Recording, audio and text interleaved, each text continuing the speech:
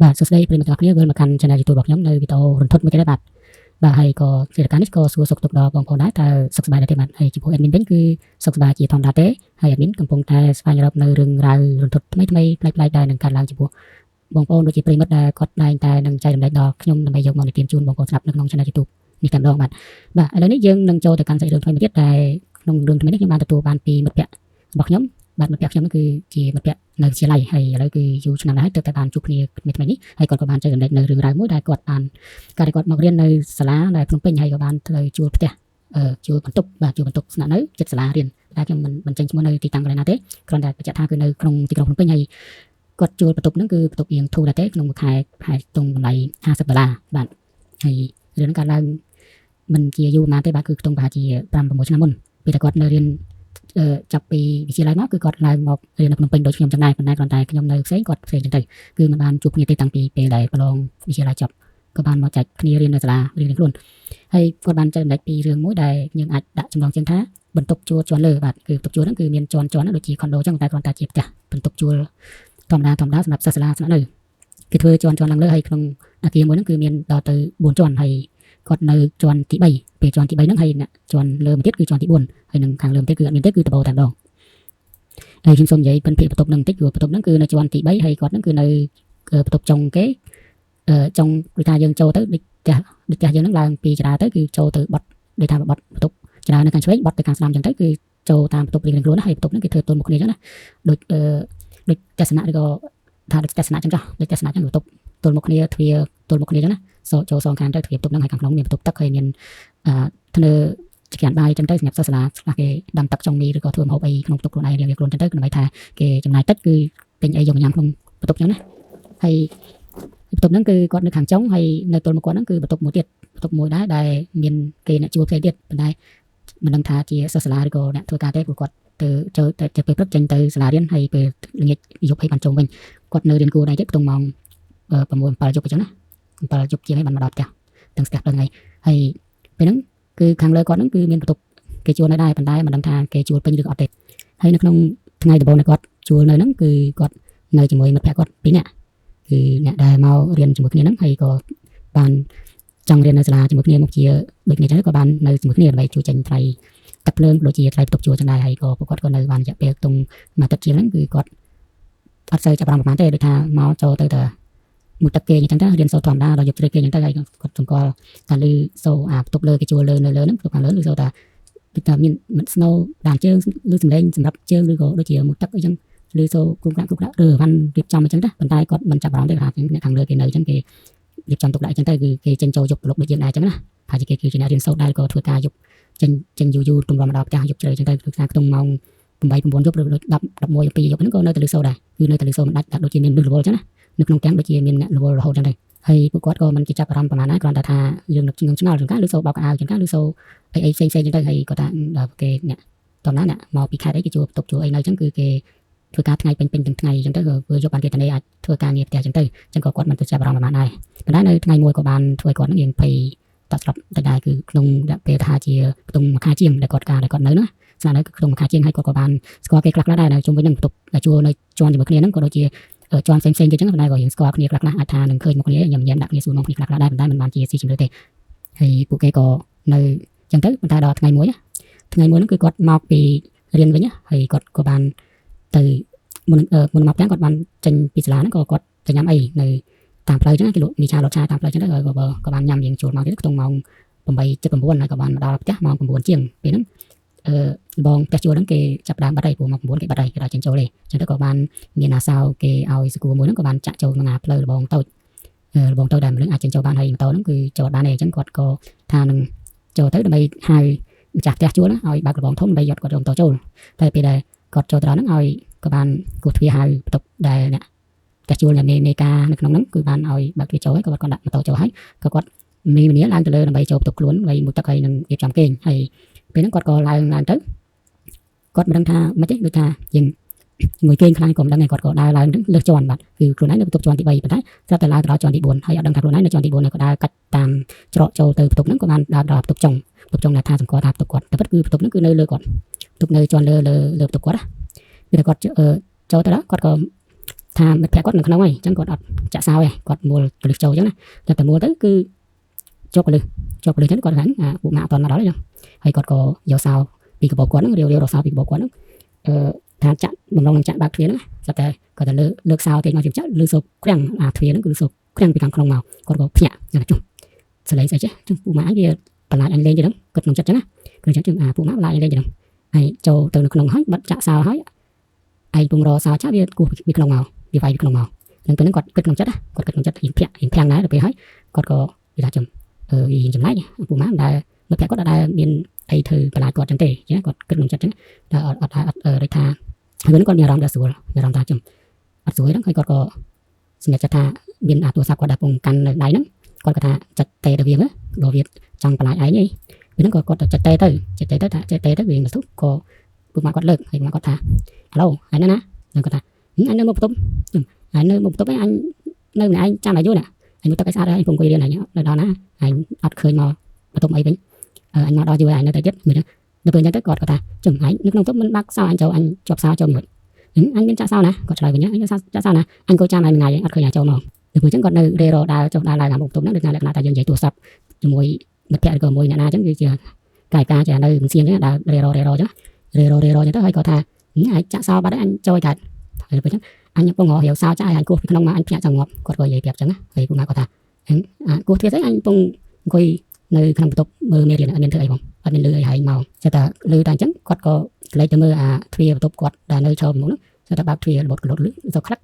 ់អាទ្វារបើកទ្វារទៅបើកទ្វារតិចអញ្ចឹងងែតអាទ្វារនឹងវាទ្វារឈើបន្ទប់ជួយគេពីច្រើនទ្វារឈើអញ្ចឹងទៅវាលឺសូអាទ្វារកោតមួយអាទ្វារឈើនេះវាកោតគ្នាលឺសូអញ្ចឹងហើយពេលអញ្ចឹងវាបើកតិចមកគាត់ក៏មានអារម្មណ៍ជំទ្វារបើកខ្លួនឯងហើយគាត់ថាជំអាពួកម៉ាឯងធ្វើស៊ីអញហីនិយាយអញ្ចឹងគាត់ថាសង្ស័យថាពួកម៉ាធ្វើស៊ីអញទៅពេលហើយគាត់ថាចាអញធ្វើស៊ីស្អីអញនៅក្នុងបន្ទប់ចានអញអញបាក់មើលទៅពេលគាត់អានៅខាងក្រោមពួកម៉ាគាត់នៅក្នុងបន្ទប់ជាន់ក្រោមមកតែបន្ទប់គាត់នៅគាត់បាក់ទៅអាចចេះថាអញនៅណាណៃនោះឯងមកថានៅបន្ទប់អញបាក់មើលឃើញនៅណៃហ្នឹងអញនៅណាអញតែមកហ្នឹងអញតែមកនៅណាអញចង់បន្លាចអញគឺចង់មកទៅធ្វើស៊ីគ្នាឯងអ្នកនៅចាំក្នុងបន្ទប់ពួកម៉ាគាត់ក៏សួរអញ្ចឹងហើយណាមួយចេះបងប្អូនគឺបញ្ជាក់តិចគឺបន្ទប់ហ្នឹងគឺអត់មានដាក់ឈ្មោះអត់មានដាក់លេខជាន់ទីម៉ានគឺអញ្ចឹងគឺអ្នកចាស់ផ្ទះហ្នឹងគេដាក់ជាជាន់ថាអត់មានផ្លាកអីថាចង្កថានឹងជាន់ទី1ទី2ឬក៏ទី3ទេអញ្ចឹងហើយណាមួយបន្ទប់ក៏អត់មានដាក់ផ្លាកឈ្មោះលេខបន្ទប់លេខអីដែរព្រោះដែលយូរទៅបន្ទប់ជួលគេមិនទៅដាក់លេខចង្កដូចទស្សនៈទេគឺគេធ្វើហើយដាក់ជួលតាមជាន់ហើយយើងទៅមកចំណាំតែខ្លួនយើងទៅថាបន្ទប់ណាបន្ទប់យើងបន្ទប់ណាបន្ទប់គេអញ្ចឹងណាព្រោះនៅបាន2ថ្ងៃគឺចំណាំបានហើយព្រោះបន្ទប់តាមបន្ទប់ហ្នឹងមកជាន់មានដល់ដូចជា5បន្ទប់10បន្ទប់អញ្ចឹងទេទៅពេលដែលគាត់ឮពួកម៉ាក់គាត់និយាយអញ្ចឹងគាត់ក៏ក្លែករៀងមើលអាក្នុងបន្ទប់ដែលហើបចេញប្រឡោះទ្វារបន្តិចណាតែខ្ទង់មួយឆ្អានគាត់ក៏មើលទៅដល់ឃើញទេអាងឹតឈឹងប៉ុន្តែវាភ្លឺអាភ្លើងគេបើកចោលតាមចរាហ្នឹងវាភ្លឺផ្លុងទៅក្នុងនោះតែមើលឃើញទេគឺមានឃើញតែក្រែហើយនឹងអ្វីដែលគាត់ឃើញតិចណាដូចតែយើងបើកចរាទ្វារទូចមើលឃើញហ្នឹងតែពេលពងអត់ហ្នឹងក៏ឮសំឡេងអ៊ំស្រីម្នាក់ដែលនៅខាងបន្ទប់ខាងដើមទ្វារខាងដើមចរាក៏បានស្អីថាអូនណាហើយអូនឯងនៅអីនោះគឺសួរចឹងបន្ទប់អូនឯងចង់នោះមែនហើយពេលហ្នឹងគាត់ក៏ភ្ញាក់ថាសួរអ៊ំ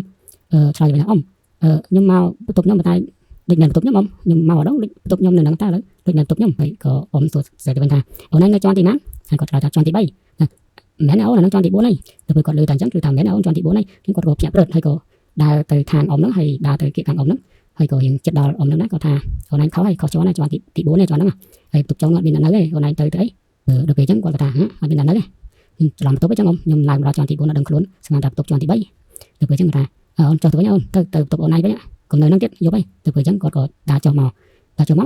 គាត់ឡែតែនិយាយជាមួយអ៊ំហ្នឹងគឺទូរស័ព្ទគាត់ហ្នឹងគឺគាត់ចុចបិទបាត់ហើយដោយសារតែពួកម៉ាក់គាត់រត់ឃើញគាត់ដែរអញ្ចឹងគាត់ក៏បិទទូរស័ព្ទរៀងខ្លួនទៅហើយពេលគាត់ក៏ចុះទៅដល់ជាន់ទី3វិញរៀងព្រឺឆ្អឹងខ្នងគាត់ព្រឺរោមព្រឺក្បាលថាភ័យស្លុតដូចថាយើងស៊ឺដែរថាយីសុកដើរឡើងដល់ជាន់ទី4ហើយមុនបងបើកទ្វារចូលទេជាប់សោហើយចាប់តាមស៊ុយបើកទ្វារបើកខ្លួនឯងហើយកុំបានអ៊ំប្រាប់កុំមិនដឹងមានរឿងអីកើតឡើងអញ្ចឹងណាហើយទៅពេលដល់ពួកម៉ាក់នៅក្នុងបន្ទប់នោះនៅតែពួកម៉ាក់ហើយនៅក្រមឯងបានឯងតែឈរអញពួកម៉ាក់ឆ្លើយអញ្ចឹងនិយាយសួរអញ្ចឹងថានៅក្រមអីអញត្រលើអញឡើងដល់ជាន់ទី4អញច្រឡំបន្ទប់អញឡើងដល់ជាន់ទី4បន្ទប់លើយើងហ្នឹងបន្ទប់ដែលយើងលើសូមនុស្សក្រឹករហូតហ្នឹងអញឡើងដល់លើហ្នឹងអញស្មានដល់បន្ទប់យើងដែរទៅពេលអញ្ចឹងពួកម៉ាក់គាត់ថាចុះឯងកាត់អីឡើងខុសជាន់បន្ទប់នេះ3 4ជាន់ហើយឡើងដល់ជាន់លើអស់ហើយអត់ដឹងដល់ឡើងដល់ណាទៀតហើយ anh mưa chả anh ta chả làm tới làm cho lửa chả anh làm tới tiệt anh mình mưa cho anh có thà ở chẳng anh mới anh tới chả anh là chạy tụ sầm anh là mặt đồng ta làm đòn nào đòn này không anh chỉ làm ta đài má bọt trâu tam từ nó trồng cái tục gì này miền tục nào tiệt được rồi có ta chấm anh chấm lấy làm đòn lửa hay ở miền mình khó nó ngày tục lừa dữ lắm thì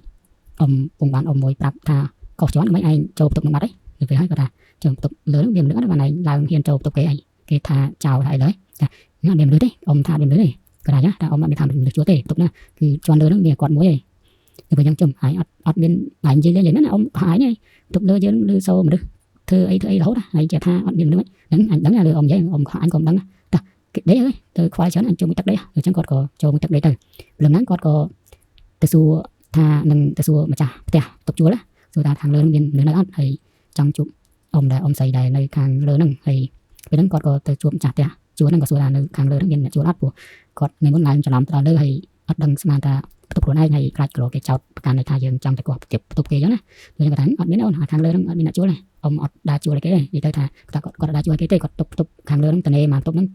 pi tục bay tục nâng tôi một cái chật nhân phòng mà đòi chúa này tục còn đại văn còn đại chứ còn đại văn thời khang hay được hai ta ở bên nào đấy trong ngày chẳng ở bên nào đấy chẳng tục tục nâng ông chả sao cha ở bên nào đấy của tục ông chúa ta càng có hay là càng tròn thì một thì bay tè tròn lớn ông chúa tè rồi ta vẫn còn rồi phèn và phèn ta chẳng chứ tục lơ tròn lơ phán nó hay miền ông môi nặng nơi càng đào tục tìm muốn còn trôn nơi mẹ đồng còn chuột chắc là ở ông sấy này còn nâng càng này càng là máy hay còn thời ca là máy nơi lại cái em đây còn đôi có ông chuột còn ở nơi càng lớn tới chạy ngọc tục còn chuột này chứ na hai trong tung đọc điểm về tới còn ta hỏi còn bàn nâng sạ nơi chứ na của đại xài còn chỉ việc sắc sao hay còn thời chỉ là máy phong chẳng có hỏi còn triệt sai tập này ấy sắm ạt tục sắm ạt kia nâng tới hay có hỏi còn sạ nơi thủ lại chẳng tới hay cả chẳng ông còn ở nơi này còn trình tới cả bắt đây là ông chặt ra ta thời ca còn thời ca sắm ạt nơi cái này còn muốn kê xinh như này to là dễ dàng mà vinh đầu tiên đây dây cho dây láng con có xua tha xuồng chặt ra chứ tục lớn như là nơi tề hay ông đã thực liền đã văn đại hay chứ hay nhưng mà xa lưới ông lư cái bao cả lư cái cục được điệp trong ấy chứ lư sân rồi chụp á mình tha màu của má này lư sân bình dục mong này gắn mấy cái ông mà lư miền từ lại được miền nữa chứ nhưng cái tham đứng nơi ta bàn nhầm ọt miền từ chặt vào mày hay lắm xong đây cái đó mấy cái ông mày ông có hiện dạng đây là những thà cái đó cái nó kia cái cây lén không hồi nãy cũng khoa chấn bệnh xem ạ kia nhà nơi ta xua tới cùng tới khoa bệnh hay khang lớn cùng từ làm từ đây nhá dục ấy mà tới cái ta chứ cái miền ấy lên như lớn đang sợ đây chứ thì giờ ta nơi ban bị dục nhất cứ miền hướng cả làng trong này chính phủ quạt đây bên đó có công trà nơi công tục nóng công màu buồn chiến công trà an phơi hay là chạy computer chứ nè thì bây giờ vùng nơi ngắn cứ số thành cổ thuyền tốc chứ nè hay gọi là chồng xuống kia là chồng các bạn hay lười nào cổ thuyền à cái cổ thuyền tục giống cổ tục kế vậy rồi bên đó nói từ bên đó nào đất mấy bà lười hiện kỹ đấy sẽ tục giống vậy được về hỏi còn ở thiền trái nhảy còn chăm sóc tiền chồng tích chặt cái ấy mà cô bên cái đấy những chị họ mà chắc chăm sóc mới sẵn làm tốt được số tốc tiền được số tốc tiền được cái cái này chồng địch tục yếu được cái còn ở thiền bạc phía trên mới còn có hiện cái đáy người ta drop rồi sẽ lấy ngay cái cọc là lơ nằm đấy bên đây còn hiện cái đáy chẳng có xảy ra ông cha tên ông cha tên bên cái đấy hay được cái bên đặt lại chăm sóc mà thôi nhận lại được cái còn khơi nhà plơ nó sẽ màu plơ chẳng còn màu bạc phía hàng cốm á lạnh cẩu á cứ định biên sẽ màu trường được đa từ mình đa từ chồng là cái họ quả tục quấy đấy để chẳng thì nè tụ mạng còn không ngồi phía chặt đằng ngồi phía để chẳng ọt cây nhặt le ke luôn ngồi phía người ta phải bồi phong hay ngồi sắp lừa sừng lên nơi càng lừa cái cọc khóm người ta ngồi giờ ta cứ đây phía từ phía má phía này kia nè để về nhẫn có cho lại đó có cái nội thế này lần láng có mà nó chấp trong tha nâng xuân ngon y là này à đây là sao tại là này còn từ ca lươn nào mong mùi ấy còn tranh bà đây chân buộc quạt tam sẽ xua to này từ về giúp quạt chụp tục bắt hay nào hiện đang được tiệt với chẳng nhà trăm ngày quạt sầm rạ vì càng như vậy bị chế xả tập từ phía nó ngày sai còn có từ nào thế cứ nơi kẻ nắng nơi tục chúa nó bây ta mình chụp y là máy xuống nòng phủ xuống chặt nhá còn đặt miền trái thế có thà chỉ tục đặt làng đây ấy có mọi khỏi chờ chẳng hay dừng làm mối dừng chụp chụp tục chẳng cứ mình chỉ để chốn còn chỉ tập chẳng đằng đường kề trả chứ nè rồi về ngày sai nó y là máy còn nơi mền y nó còn nói hay còn có mong quỳ lên nơi khang cổ nắng có quạt từ xua nòng về lên xua nòng tới có xua thắng thì anh đang hướng ấy nơi không tục tròn thì buồn lắm tròn thì buồn ông miền là nơi nói tục năng kề tục cháo đây rồi là tục nó ngọn miền là nơi ôn nơi tại y mối tục nó thằng lớn nó của y អ៊ំចាស់ផ្ទះហ្នឹងគាត់អាណិតគាត់ចេះតែឲ្យជួលនៅទៅតែគាត់យកលុយតិចតួចហ្នឹងគាត់ឲ្យនៅទៅហើយបន្ទប់លើហ្នឹងមានអ្នកនៅទេគាត់ជួលឲ្យអ្នកណាទេគាត់ទុកធ្វើឃ្លាំងអញ្ចឹងគាត់និយាយអញ្ចឹងហើយក៏គាត់សួរបញ្ជាក់ថាគេថាអញ្ចឹងតែខ្ញុំលឺដូចមានមនុស្សនៅអ៊ំលឺខ្ញុំនៅទុកជន់កូនហ្នឹងគឺលឺសូជាងគេបោកកៅអៅជាងលឺសូធ្លាក់អីវ៉ាន់ជាងលឺសូសម្រាប់ជើងអញ្ចឹងតែអីថាអូនឯងកុំខ្វល់ពេកគាត់ថាលក្ខណៈយើងស្ងាត់លេងយើងខ្សោយថាយើងសុកថាអូនឯងកុំនេះពេកកុំទៅវិលវល់ពេកអូនឯងនៅសុកឯងកុំខ្វល់ខ្វាយពេកអញ្ចឹងគាត់លក្ខណៈថាដូចមិនចង់ឲ្យយើងនិយាយអីឬក៏គិតអីស៊ីជម្រៅពេកអញ្ចឹងតែក៏គាត់ប្រហែលថាអ៊ីតាំងអ៊ីមកនៅមកអ៊ីមកចេញពីបន្ទប់ទេជប់អ៊ីមកដល់ចូលបិទទ្វារចិត្តហើយទៅចេញទៅណាមិនណាអីជប់អីសុកចិត្តចាំតភ្លឺអត់ហ៊ានចេញហើយទៅលើអញ្ចឹងមិនចឹងចាប់អ៊ំធ្វើការចេញក្រោយអត់ទេអាណាអត់បានអាណាអត់ចេញបានទ្រាំគាត់និយាយអញ្ចឹងថាខាងលើហ្នឹងអូនឯងអត់ដឹងទេខាងលើហ្នឹងទុកខាងលើជាន់លើហ្នឹងអត់ស្រួលណាដូចថាលក្ខណៈគាត់និយាយអត់ចង់និយាយថាយើងមានខ្មោចមែនទេគាត់និយាយថាអត់ចង់គាត់និយាយទៅគាត់អត់ចង់និយាយថាមានខ្មោចគាត់ខ្លាចគាត់ខ្លាចដែរចាគាត់អត់ចង់និយាយអញ្ចឹងទេគាត់ថាខាងលើហ្នឹងអត់ស្រួលទេអូនឯងយប់លុបអីតាមសួនហ្នឹងមានរឿងឡើយអញ្ចឹងគាត់និយាយអញ្ចឹងនិយាយទៅពេលហ្នឹងគាត់ថាគាត់តែដឹងរឿងហើយគាត់មនុស្សខ្លាចខ្មោចដែរហើយពួកម៉ាក់គាត់ម្នាក់ទៀតហ្នឹងដូចយើងញាក់សាច់ដែរអញ្ចឹងណាគេថាដូចថាមនុស្សយើងអត់សូវចូលចិត្តថារឿងខ្មោចអីអញ្ចឹងដែរក៏ថាជុំអត់ស្រួលទេយប់ថ្ងៃមុនគាត់ថាយប់ថ្ងៃមុនមានសលេងគោះទ្វារហើយក៏តែសួរអត់ដឹងណាគេទេហើយឃើញសំណោដើរចេញទៅបាត់ហើយគាត់ពីណាមកថាអ៊ីសង្ស័យថាវាមករកអូនឯងថាពួកអូនឯងឡើងទៅគោះទ្វារឡើងទៅបន្ទប់គេហើយដល់ពេលអញ្ចឹងអាចគេមករកអូនឯងដល់ពេលអញ្ចឹងគាត់គាត់តែលឺអញ្ចឹងលែងហ៊ានដល់ថាអត់ចង់នៅហ្មងយប់ហ្នឹងគឺអត់ដឹងហ៊ាននៅហ្មងស្រាប់តែគាត់ពីរនាក់មិត្តភក្តិហ្នឹងក៏សម្រេចចិត្តថានឹងទៅនៅមួយបន្ទប់ពួកម៉ាក់ផ្សេងទៀតទៅនៅមួយរយៈសិនហើយពេលទៅនៅហ្នឹងគឺគាត់លែងមកបន្ទប់ហ្នឹងឯងពេលយប់គាត់នៅតែពេលថ្ងៃដើម្បីមករៀបចំអីវ៉ាន់ហើយនឹងថានឹងផ្ដាច់កងត្រាជប់ជួអញ្ចឹងណាព្រោះកងត្រាគេកំណត់ឲ្យប្រាប់មុនមួយខែអញ្ចឹងទៅពេលថ្ងៃគាត់មកមានការអីស្នាក់នៅពេលថ្ងៃគាត់មករៀបចំអីវ៉ាន់ឬក៏មកយកសម្ភារៈអញ្ចឹងទៅប៉ុន្តែដល់ពេលយប់គាត់អត់មកទេគាត់ទៅសម្រាប់នៅ